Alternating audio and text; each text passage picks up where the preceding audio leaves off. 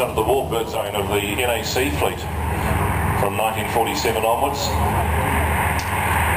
They were brought home and reconfigured for passenger status, and for years soldiered on up and down the country.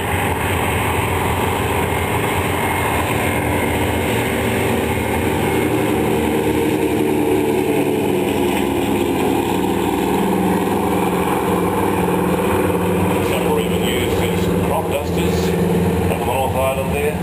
A single one. Not as many as there used to be, but considering their age, they're on home.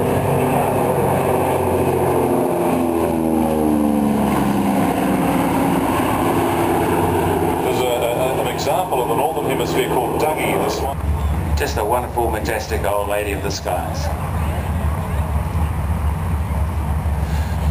While the DC-3's landing, this might be a great opportunity, Graham, to thank the many volunteers behind the Classic Fighters organisation. As you'll be aware, folks, this doesn't happen just on its own. It requires a lot of people being tapped on the shoulder to say, hey, can you give us a hand?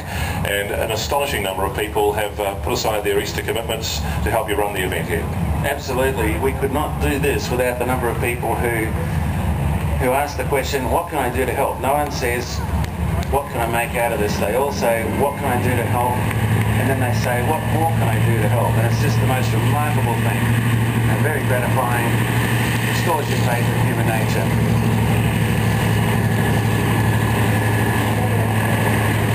And from the left, here come the name change.